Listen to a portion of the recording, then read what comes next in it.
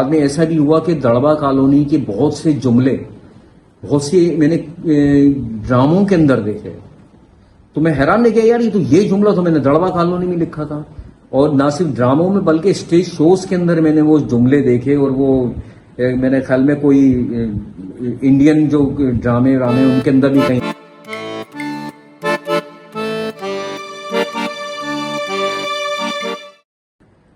تو یہ میں یہ بتا رہا تھا کہ اتنی آسانی سے نہیں لکھی گئی ہے، اس کے پیچھے بہت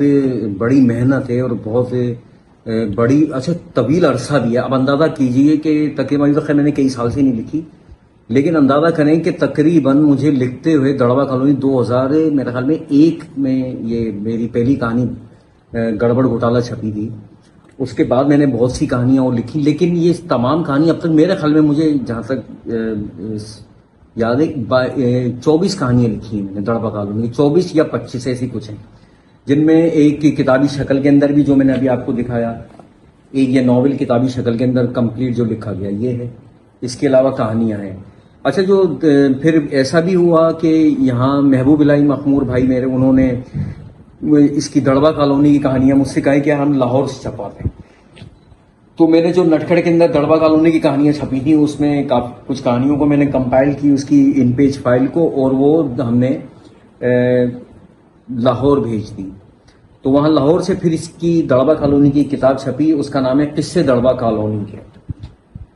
یہ کتاب لاہور سے چھپی اور اچھی خاصی ضخیم ہے یہ کتاب.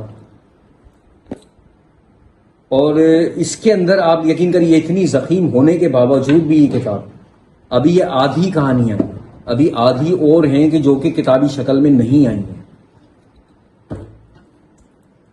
اچھا دڑبا کالونی کا میں بتا رہا تھا کہ میں نے اپنے جملے لکھے، اس میں اپنے الفاظ لکھے بہت سے، اور کوشش یہ کی کہ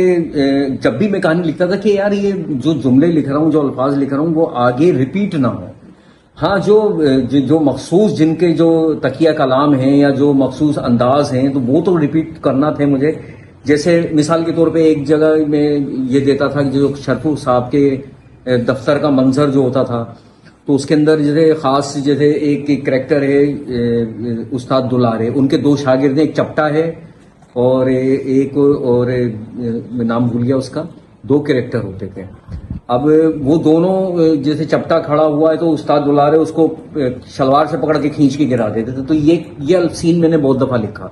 کیونکہ وہ ایک مخصوص بن گیا تھا. شرفو صاحب کا ایک بالکل گاؤدی آدمی کا کریکٹر تھا کہ جو ہر جگہ بے عزتی ہوتے تھے، حالانکہ کونسلر تھے لیکن بے عزتیاں ہوتی تھیں ان کی. تو دیکھیں جو بھی کریکٹر جب بھی جو میں جس کا لکھ رہا ہوں نا تو وہ پوری اس کی شخصیت میرے سامنے آتی تھی. مجھے آٹومیٹکلی اندازہ آتا کہ یہ بولتا کیسے ہے، یہ بیٹھتا کیسے ہے، یہ چلتا کیسے ہے، اور یہ جملہ کیا بولتا ہے، اور یہ کس طرح سے اس کا تکیہ کلام کیا، یہ آٹومیٹکلی یہ دماغ میں آتی تھی. عام طور پہ جو میں نے بتا رہا تھا کہ جو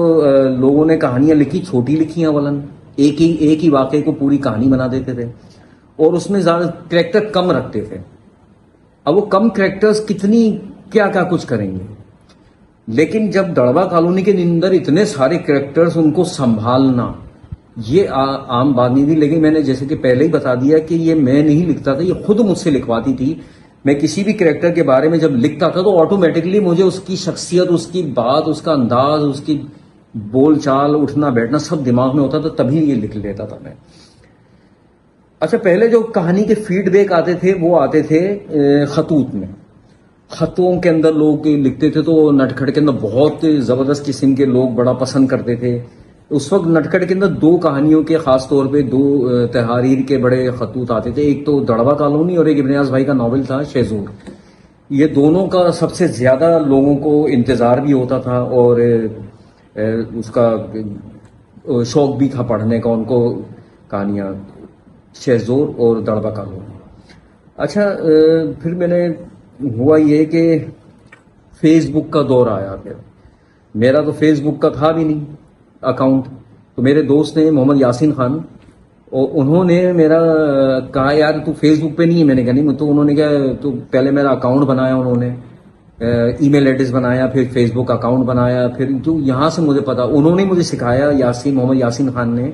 کہ یار اس طرح سے اس کو مطلب فیس بک کو چلاتے ہیں اور اس طرح سے اس کو یہ چیزیں ہوتی ہیں، فرینڈ ایڈ کرتے ہیں. تو جب میں فیس بک پہ جب میں آیا اور میں پھر تو میں نے اپنی چیزیں وہاں پر ڈالنا شروع کی، کہانیاں وغیرہ، اور جب میں نے دڑبا کالونی کی کہانیاں جو لکھ چکا تھا وہ ڈالی، تو یقین کریں بے شمار لوگ ایسے میرے پاس جو میں نہیں جانتا تھا انہیں، میں نے نام بھی پہلی مرتبہ پڑھا ان کے، مجھے نہیں معلوم تھا کون لوگ ہیں یہ، لیکن انہوں نے بتایا کہ ہم آپ کی دڑبا کالونی پڑھتے رہے، اور کہانیوں کا بھی ذکر کرتے تھے کہ ہم نے نونہال میں آپ کی یہ کہانی پڑھی، انوکھی کہانی میں ہم یہ پڑھتے تھے، یہ ناول پڑھا، لیکن یہاں بات ہو رہی ہے ابھی دڑبا کالونی کی، تو لوگ دڑبا کالونی کے یار ہم نے وہ آپ کی کہانی مطلب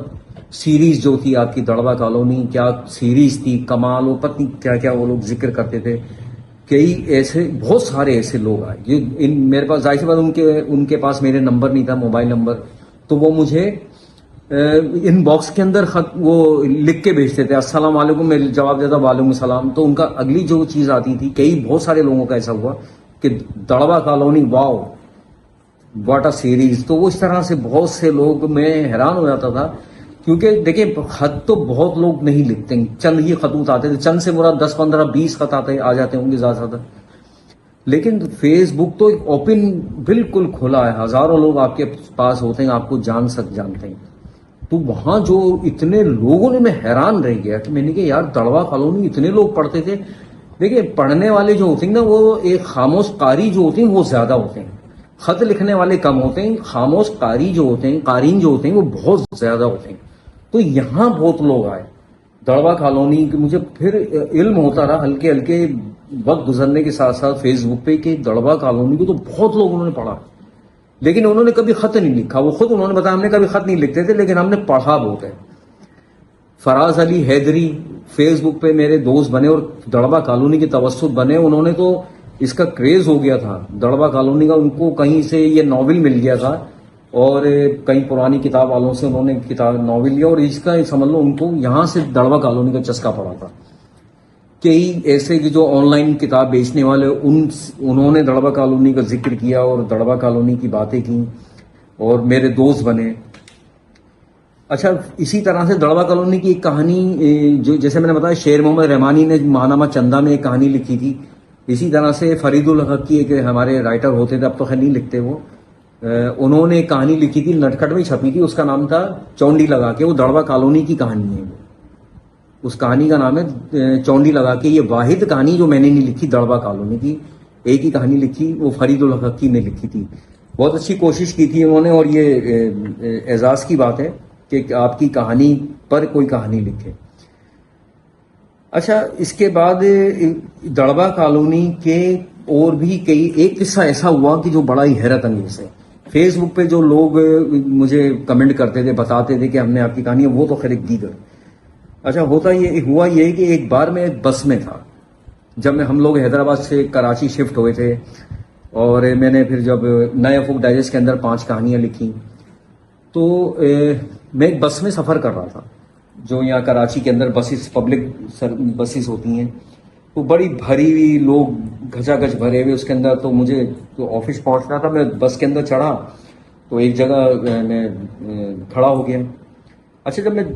بس میں نے جب کھڑا ہوا دیکھا تو کوئی کسی کی تیز ہنسنے کی آوازیں آ رہی، میں مطلب وہ لوگ بھی پلٹ کے دیکھ رہے، ایک صاحب تھے وہ ہنس رہے تھے، جہاں میں کھڑا تھا وہ وہیں کھڑے، وہیں پر ہی وہ آدمی بیٹھا ہوا اور زوروں سے ہنس رہا، لوگ پلٹ کے دیکھ رہے، یار کتنا مطلب ایک عجیب سا لگتا ہے نا کہ بس کے اندر آپ تو سفر کر رہے ہیں لیکن زوروں سے کوئی تیکے لگا کر ہنس رہا ہو، بار بار ہنس رہا ہو، تو ایک عجیب سا لگتا ہے، برا لگتا ہے کہ آپ پبلک پلیس ہے، ایک پبلک پلیس ہی یہ سمجھ لیں، بس میں آپ بیٹھے ہوئے ہیں اور لوگ بھی ہیں، پرائیویسی ہوتی ہے، وہاں وہ بری طریقے سے ہنس رہا، تو میں وہاں کھڑا ہوا دیکھا وہ کوئی آدمی وہ ڈائجسٹ پڑھ رہا تھا، وہ ڈائجسٹ پڑھ کے ہنسے جا رہا، ہنس رہا بند کر کے وہ زوروں سے ہنستا، پھر کھول کے پڑھنا شروع کر دیتا، میں حیران، میں نے کہ یار پاگل تو نہیں ہے کہ مطلب عجیب بدتمیز آدمی ہے۔ اچھا وہ میری نظر پڑی کہ تو دیکھا وہ ڈائجسٹ پڑھ رہا تھا، اور ڈائجسٹ تھا نئے افق ڈائجسٹ، میں نے ذرا غور سے دیکھا تو اس کے نیچے لکھا ہوتا تھا کہ نئے افق، تو وہ اب میں نے جب پڑھنے لگا اور ہنسنے لگا تو میں نے تھوڑا سا جھک کے دیکھا تو وہ اس میں کریکٹرز کے نام، چاچا چراندی، سخن اکبر آبادی، استاد دلارے گلابی، للو پنجو، تو میں تو حیران رہ گیا، وہ دڑبا کالونی کی کہانی پڑھ رہا، مجھے مطلب ایک عجیب و غریب واقعہ ہے یہ، اس میں صرف میں نے اور کوئی دماغ میں چیز نہیں آئی، میرے دماغ میں یہ آیا کہ کیا اس آدمی کو اگر یہ علم ہو جائے کہ یہ جو سامنے یہ کھڑا ہوا ہے بندہ، یہ کہانی اس نے لکھی جو پڑھ پڑھ کے ہنس رہا، تو اس کی کیا کیفیت ہوتی. لیکن خیر میری عادت نہیں، مجھے بہت لوگوں نے کہا یار آپ کو بتانا چاہیے تھا اس کو. میں نے کہا نہیں یار مجھے خیر ان چیزوں کو شوق نہیں ہے اور اچھا بھی نہیں لگتا. حتیٰ کہ آفس کے اندر میرے پاس ساری ان پیج ہیں ساری کہانیوں کی، تو میں آفس کے اندر بھی اس کو پڑھتا ہوں.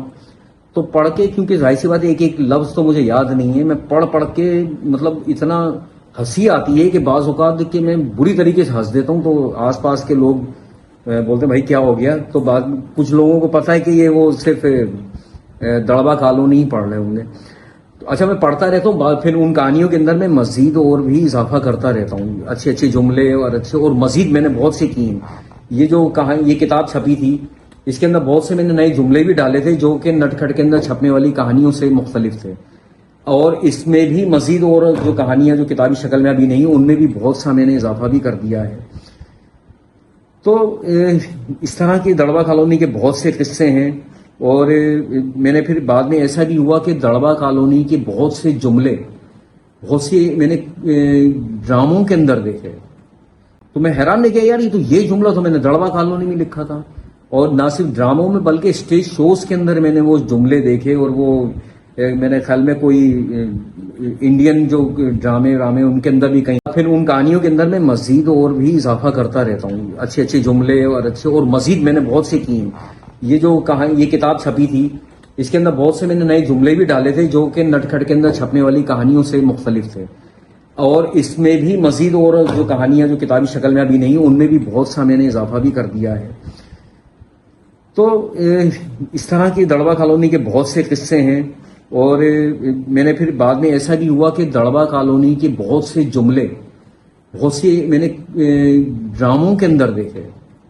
تو میں حیران نہیں کیا یار یہ جملہ تو میں نے دڑبا کالونی میں لکھا تھا. اور نہ صرف ڈراموں میں بلکہ اسٹیج شوز کے اندر میں نے وہ جملے دیکھے. اور وہ